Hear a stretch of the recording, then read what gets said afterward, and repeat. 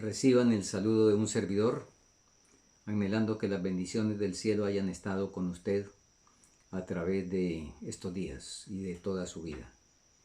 Vamos a inclinar el rostro para iniciar nuestro estudio.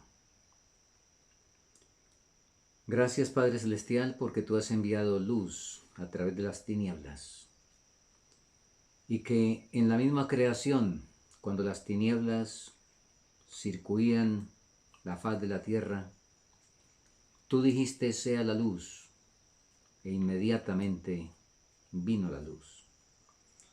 Y a partir de ahí nunca has dejado sin luz a tus hijos sinceros y a todo aquel que desea tenerla. Gracias porque podemos seguir recibiendo esa claridad creciente hasta que podamos llegar al día perfecto según tu palabra. Lo agradecemos en el nombre de nuestro Salvador, Cristo Jesús. Amén.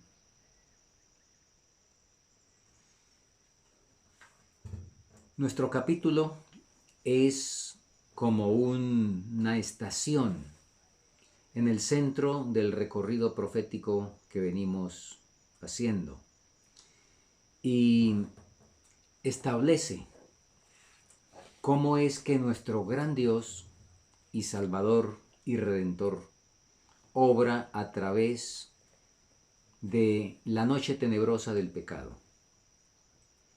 Y establece en primer lugar unos asuntos que son análogos, como nos decía el primer párrafo, y que conviene que los repasemos enumerándolos. ¿Cómo obra Dios en la tierra? Hay una sorprendente analogía en cada movimiento reformatorio o religioso. Los principios que rigen el trato de Dios con los hombres son siempre los mismos. Un tercer punto sería: los movimientos importantes de hoy concuerdan con los de antaño. Y el cuarto: la experiencia de la Iglesia en tiempos pasados encierra lecciones de gran valor para los nuestros. ¿Cómo es que esto funciona? ¿Y qué herramientas, o diríamos mejor, qué instrumentos usa el Señor? Es mejor que sigamos leyendo la inspiración. Dios, por medio de su Santo Espíritu, dirige especialmente a sus siervos en la tierra en los grandes movimientos en pro del adelanto de la salvación. Los hombres son en manos de Dios instrumentos de los que Él se vale para realizar sus fines de gran misericordia. Sin duda que notamos un elemento aquí. ¿A quiénes usa Dios? Instrumentos, pero ¿con qué características? Leímos siervos. Siervos, no señores. Los señores no caben en el Evangelio. El apóstol Pedro también puntualiza lo que encontramos en la primera carta, en el capítulo 1, los versículos 10 y 11, nos dice con qué objetivo, con qué mira o el alcance de lo que escribieron esos siervos, esos profetas, esos instrumentos que Dios ha usado a través de la historia. Leemos Primera de Pedro, capítulo 1, versículos 10 y 11. Acerca de esta salvación, inquirieron y diligentemente indagaron los profetas que profetizaron de la gracia que había de venir a vosotros, escudriñando cuándo o en qué punto del tiempo indicaba el Espíritu de Cristo que estaba en ellos, cuando pronunciaba los sufrimientos de Cristo y las glorias después de ellos. De modo que aquí tenemos cómo esos instrumentos que Dios usó escudriñaron el tiempo de acuerdo a lo que el Espíritu de Cristo indicaba, para que hubiera comida en sazón a su tiempo. Sin embargo, a pesar de que leímos que los profetas que escribieron acerca de esta salvación Sin embargo, ningún hombre alcanzó a comprender jamás por sí solo todos los designios y el plan de redención. Y como leímos en nuestro estudio, ni siquiera llegó el elemento más destacado a entender plenamente el plan divino para su propia época. Como hemos insistido, ni siquiera los profetas que fueron favorecidos, digamos, con una iluminación especial, cumplieron o mejor comprendieron en todo el alcance las revelaciones que les fueron concedidas. El significado debía ser aclarado en el tiempo, de siglo en siglo, en la medida que el pueblo de Dios necesitaba la instrucción contenida en esos escritos. Ahora, se nos advierte de los dos extremos.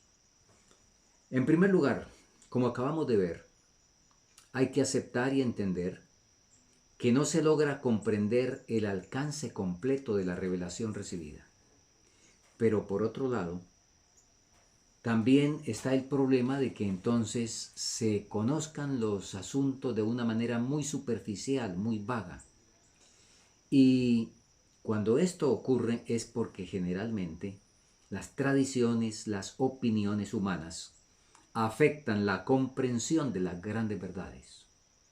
Y en nuestro estudio nos decía, cuando eso ocurre, se debe al descuido o a los errores. Y vamos a ver una ilustración bíblica que la encontramos en nuestro estudio, pero la vamos a ampliar. Porque Cristo anunció a sus discípulos, y vamos a leer en Marcos capítulo 1, versículo 15, donde comenzando su ministerio, leemos que Jesús dijo de la siguiente manera, San Marcos capítulo 1, versículo 15. Bueno, leamos el 14. Mas después que Juan fue encarcelado, Jesús vino a Galilea predicando el evangelio del reino de Dios, diciendo, el tiempo se ha cumplido y el reino de Dios se ha acercado. Arrepentíos y creed en el evangelio. ¿De cuál tiempo hablaba Jesús? Bueno, es muy claro. De Daniel 9:25, las 70 semanas. Los discípulos predicaron entusiastamente el cumplimiento del tiempo de Daniel 9:25. Pero, cuando en vez de sentarse en el trono de David, el Mesías ascendió fue a la cruz, quedaron devastados. Porque entendieron la teoría, la profecía del tiempo, pero tenían unas ilusiones, unas ideas preconcebidas, unos prejuicios que les impidió entender el versículo 26 de Daniel 9. Entendieron Daniel 9:25, pero el 26, ¿qué pasó? Decimos nosotros. Porque en Daniel 9:25 ellos leyeron con gran satisfacción 70 semanas, sabe pues y entiende que desde la salida de la orden para restaurar y edificar a Jerusalén hasta el Mesías príncipe, habrá 7 semanas y 62 semanas. La plaza volverá a ser edificada y el muro en tiempos angustiosos. Versículo 26. Y después de las 62 semanas se quitará la vida al Mesías, mas no por sí. ¿Qué pasó? ¿Fue que no leyeron el versículo 26? Oh, hermanos, amigos, el poder de los prejuicios, el poder de las opiniones preconcebidas. Con cuánta razón la misma autora Elena de White dice en Mensajes Selectos que cuando hay prejuicios y no hay la voluntad de realmente pedirle al Señor que los quite, si es que no los vemos pero que nos lo muestre, dice que ni un ángel del cielo puede arreglar el problema. Imagínense los discípulos. Ahora, vamos a mirar, porque no solamente ellos no leyeron el versículo 26 de Daniel 9, sino que, y vamos a repasarlas todas, en 4 ocasiones Jesús les dijo que iba a morir.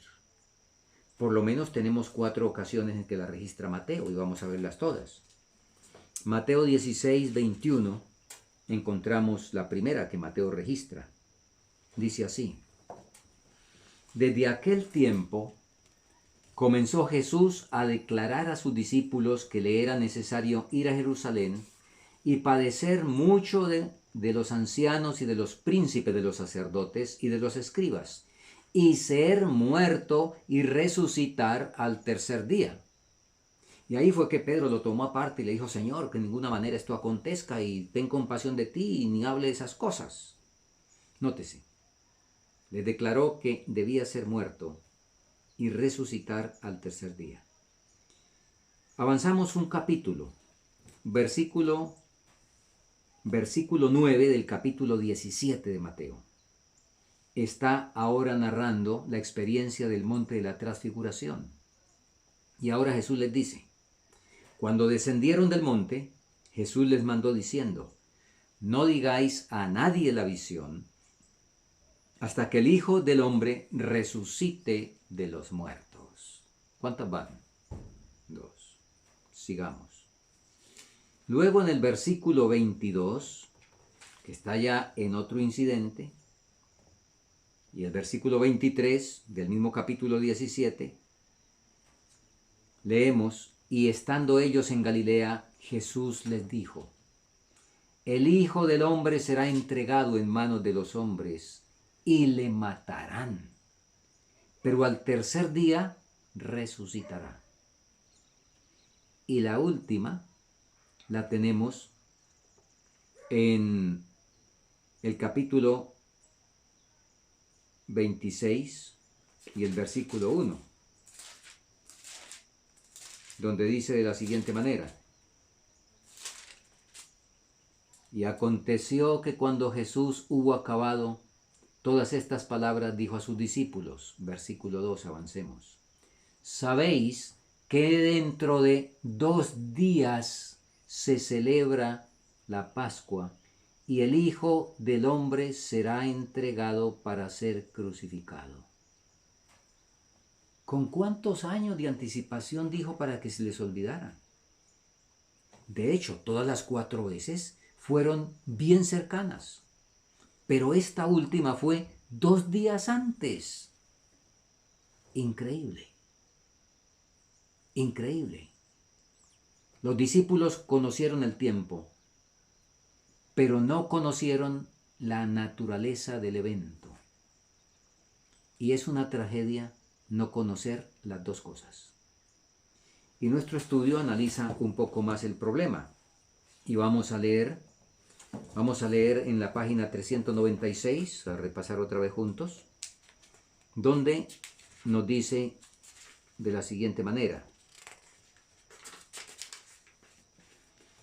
si bien sus corazones habían sido ganados por la gracia divina y el poder de las enseñanzas de aquel que habla como jamás hombre alguno habló, o que hablaba, conservaban mezcladas con el oro puro de su amor a Jesús la liga vil del orgullo humano y de las ambiciones egoístas. Hasta en el aposento alto de la cena pascual, en aquella hora solemne en que su maestro estaba entrando ya en las sombras del Getsemaní, hubo entre ellos una contienda sobre quién de ellos debía estimarse como el mayor. No veían más que el trono, la corona y la gloria, cuando lo que tenían por delante era la agonía del huerto, el pretorio y la cruz del Calvario. Era el orgullo de sus corazones, la sed de gloria mundana, lo que les había inducido a adherirse tan tenazmente a la falsa doctrina de su tiempo y a no tener en cuenta las palabras del Salvador, que exponían la verdadera naturaleza de su reino y predecían su agonía y muerte. Y estos errores remataron en prueba dura pero necesaria que Dios permitió para escarmentarlos. El Mesías, como bien sabemos, no era el que ellos esperaban en sus días. Tampoco el de la gloria que Él instaurará cuando Cristo venga. A las 69 semanas de la profecía fue ungido el Mesías a través del bautismo. Y Él empezó a predicar, como ya vimos, el reino de Dios se ha acercado. Ese reino, nos dice nuestro estudio, se estableció 3 años y medio después por la muerte de Cristo. Y es el mismo reino del cual Pablo nos habla en Hebreos capítulo 4, versículo 16, donde el apóstol nos dice en ese pasaje lo siguiente. Dijimos Hebreos 4, 16. Acerquémonos pues confiadamente al trono de la gracia, para alcanzar misericordia y hallar gracia para el oportuno socorro. Entonces, se establecía ese reino que había sido prometido desde el Edén, pero que, como leímos, se estableció de una manera más concreta cuando Cristo murió en la cruz. El reino de la gracia, leímos, fue instituido inmediatamente después de la caída del hombre, Génesis 3:15. De modo que ese reino existía en el designio de Dios, en la promesa de Dios. Y por eso es que en Hebreos 11:13 nos dice, conforme a la fe murieron estos sin haber recibido lo prometido, sino mirándolo de lejos, contemplándolo y confesando que ellos eran extranjeros, peregrinos en la tierra. Pero cuando Cristo pronunció las palabras consumado es, el reino de la gracia que hasta entonces existía en promesa quedó plenamente establecido. Ahora, nosotros recordamos que cuando Jesús resucitó, lo primero que hizo fue a esos discípulos que habían sido tardos para entender, dirigirles la atención a las Escrituras. Recordemos a San Lucas, el capítulo 24, donde está el relato de los 2 discípulos que fueron para Emaús y que Jesús les reprochó suavemente, pero con gran precisión y verdad, con todo amor, insensatos, tardos para creer lo que los profetas han dicho. ¿Acaso no dijeron los profetas que era necesario que el Mesías sufriera? Cuando ellos entendieron, fueron regenerados en la esperanza. Y a mí me encanta la traducción de una versión, la versión de Phillips, que ahí en Lucas capítulo 24, donde está ese relato, cuando narra que allá cuando Jesús levantó las manos para bendecir el pan, en esta versión leemos lo siguiente en el versículo 31. Entonces les fueron abiertos los ojos y le reconocieron. La versión de Philip dice, cuando al fin entendieron quién era Él. Cuando al fin, después de haber pasado un chasco tan amargo, una situación tan terrible como la que vivieron ese fin de semana. Oh, cuántas veces el Señor quería ahorrarnos tanto sufrimiento y tanto dolor, como dice el profeta Isaías, oh, si hubieras atendido a mis mandamientos, fuera tu paz como un río. Si le creyéramos al Señor, cuán distinta sería la vida. Por lo menos 9 de cada 10 aflicciones, de cada 10 dolores que tenemos, es por no creer en la palabra del Señor. Pero gracias al cielo que los discípulos finalmente entendieron y murieron como triunfadores. Aunque, repito, debían haberse ahorrado ese chasco. Deberían, tan pronto pasó el sábado, haberse ido al sepulcro para no perderse el momento en que Cristo iba a resucitar. Pero en vez de eso andaban encerrados en el aposento alto, asustados, llorando, etc. ¿Cuánto perdemos cuando no le creemos al Señor? Ahora, el asunto está en que la historia se repitió. Esa historia que ocurrió con los discípulos se repitió con los que proclamaron el mensaje del segundo advenimiento. Ellos, ellos también predicaron: el tiempo se ha cumplido y el reino de Dios se ha acercado. En el estudio pasado repasamos un poco la profecía de los 2300 años, 2300 días, de los cuales habla Daniel 8:14.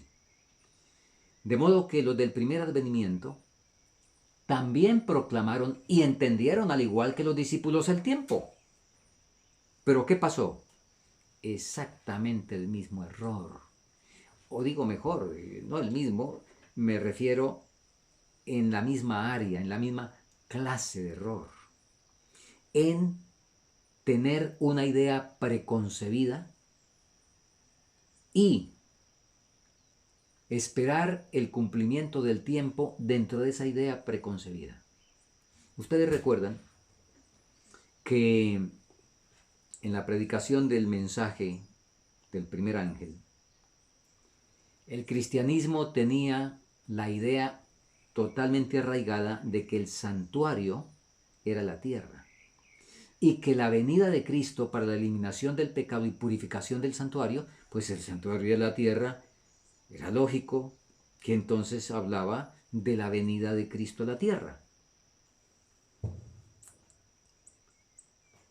Los del primer advenimiento no comprendieron el pasaje de Apocalipsis, donde dice: he aquí yo vengo pronto y mi galardón conmigo para recompensar a cada uno según sea su obra. Ahí estaba la clave.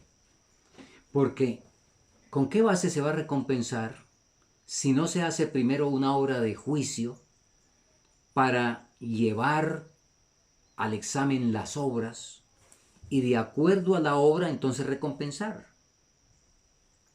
Faltó haber mirado bien eso. Y faltó haber visto también que Apocalipsis capítulo 14 anunciaba la hora del juicio. Ese mensaje del primer ángel: temed a Dios y dadle gloria, porque la hora de su juicio ha llegado. Bueno, y eso fue lo que predicaron. Correcto.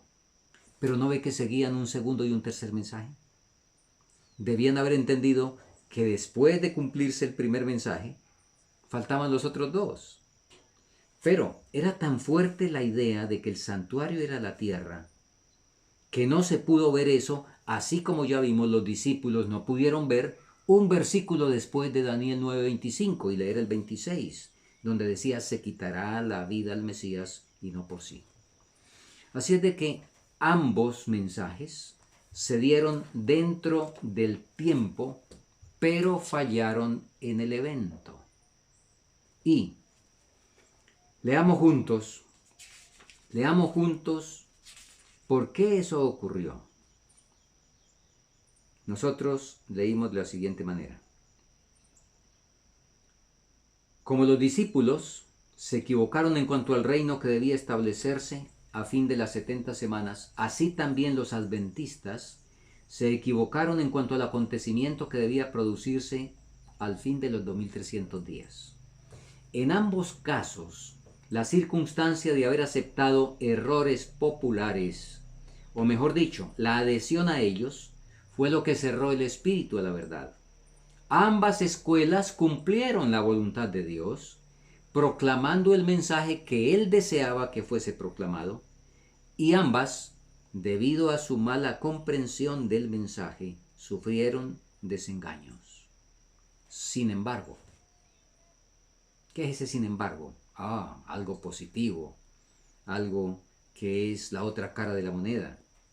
Sin embargo, Dios cumplió su propósito misericordioso permitiendo que el juicio fuese proclamado precisamente como lo fue. El gran día estaba inminente y en la providencia de Dios el pueblo fue probado tocante a un tiempo fijo a fin de que se le revelase lo que había en sus corazones. El mensaje tenía por objeto probar y purificar la iglesia. Los hombres debían ser inducidos a ver si sus afectos pendían de las cosas de este mundo o de Cristo y del cielo. Ellos profesaban amar al Salvador, pues debía probarse su amor. ¿Estarían dispuestos a renunciar a sus esperanzas ambiciosas para saludar con gozo el advenimiento de su Señor? El mensaje tenía por objeto hacerles ver su verdadero estado espiritual. Fue enviado misericordiosamente para despertarlos, a fin de que buscasen al Señor con arrepentimiento y humillación.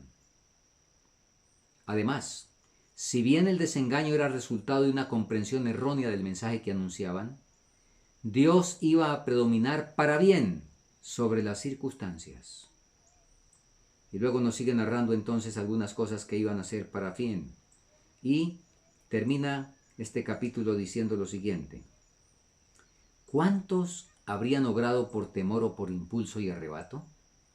¿Cuántos eran de corazón indeciso o incrédulo? Muchos profesaban anhelar el advenimiento del Señor. Al ser llamados a sufrir las burlas y el oprobio del mundo y la prueba de la dilación y del desengaño, ¿renunciarían a su fe?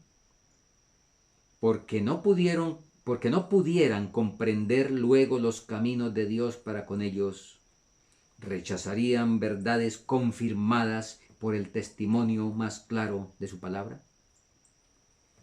Y lo veremos en próximos capítulos, con más detalle. Lamentablemente, la enorme mayoría desertó, desechó verdades comprobadas por aquella en la cual fallaron, y la historia nos cuenta que unas 50,000 personas de ese grupo de 50,000 mantuvieron la fe, solamente 50. ¡Qué tremendo zarandeo! Esa prueba revelaría la fuerza de aquellos que con verdadera fe habían obedecido a lo que creían ser la enseñanza de la palabra de Dios y de su Espíritu. Ella les enseñaría, como sólo tal experiencia podía hacerlo, el peligro de que hay en aceptar, y atención a esto, hermanos y amigos, ese chasco les enseñaría, como solamente un chasco de tal naturaleza podía hacerlo, el peligro que hay en aceptar las teorías e interpretaciones de los hombres, en lugar de dejar a la Biblia interpretarse a sí misma, tal como estudiamos a vuelo de pájaro en el estudio pasado. La perplejidad y el dolor que iban a resultar de su error producirían en los hijos de la fe el escarmiento necesario. Los induciría a profundizar aún más el estudio de la palabra profética. Aprenderían a examinar más detenidamente el fundamento de su fe y a rechazar todo lo que no estuviera fundado en la verdad de las Sagradas Escrituras, por muy amplia que fuese su aceptación en el mundo cristiano. A estos creyentes les pasó lo que a los primeros discípulos. Lo que en la hora de la prueba pareciera oscuro a su inteligencia, les fue aclarado después. Cuando vieron el fin que vino del Señor, supieron que a pesar de la prueba que resultó de sus errores, los propósitos del amor divino para con ellos no habían dejado de seguirse cumpliendo. Merced a tan bendita experiencia, llegaron a saber que el Señor es muy misericordioso y compasivo, que todos sus caminos son misericordia y verdad para los que guardan su pacto y sus testimonios. Qué tremenda lección para nosotros, ¿verdad? Nosotros estamos aquí hoy y la palabra nos dice que en este tiempo final en el cual ya hemos entrado, en este fin del tiempo, no el tiempo del fin simplemente, sino el fin del tiempo, la palabra nos dice que el enemigo, como león rugiente, embatiendo con el ímpetu de un río, de una terrible inundación, en fin, con todas sus fuerzas, la obra será tal que engañará, si es posible, a los escogidos. Pero quienes ya han hecho de la firme palabra profética su guía, entonces tendrán cumplida la promesa que leímos desde el comienzo de nuestro estudio. Tenemos también la palabra profética más segura, a la cual hacemos bien en estar atentos como a una antorcha que alumbra en lugar oscuro. Gracias al Señor por su palabra. Y que decidamos, como leímos, que decidamos realmente cumplir sus mandamientos, pero cumplirlos a partir del nuevo corazón, del nuevo nacimiento. Porque antes de eso no hemos obedecido nada. Fue la experiencia del joven rico, que dijo: esto he guardado desde mi juventud, desde niño yo he guardado los mandamientos, porque era un adventista del séptimo día en su tiempo de nacimiento. Jesús le demostró que todavía no había guardado ningún mandamiento. Y cuando le mostró qué debía hacer para empezar a guardar los mandamientos, él dijo: dura palabra es esta, ¿quién la puede oír? Y se regresó triste porque la prueba de laboratorio que Jesús le puso demostró que realmente su profesión de fe era vana. El cielo nos ayude y permitamos que nuestra fe esté afirmada en la roca y que podamos recibir la luz que el Señor nos quiere dar para nosotros, para nuestra salvación. Vamos a arrodillarnos para orar.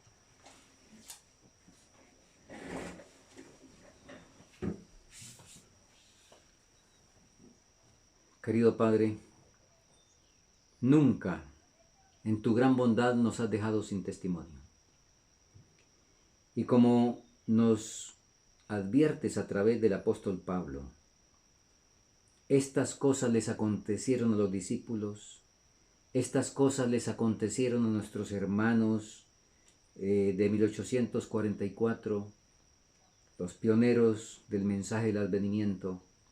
Estas cosas les ocurrieron para nuestra enseñanza, para la enseñanza de los que hemos llegado al fin de la historia. Oh Señor, ayúdanos a no ser rebeldes. Ayúdanos a estar dispuestos a aceptar toda palabra que sale de tu boca para tener la luz en un camino de oscuridad y tinieblas. Gracias porque las promesas en Cristo Jesús son sí y amén. Y esta promesa de que tu palabra es luz y lámpara nos llega con la certeza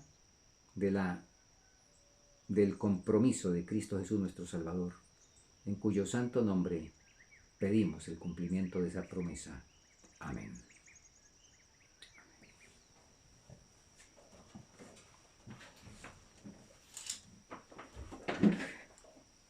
Bendiciones para todos y la próxima semana continuaremos. Dios les guarde.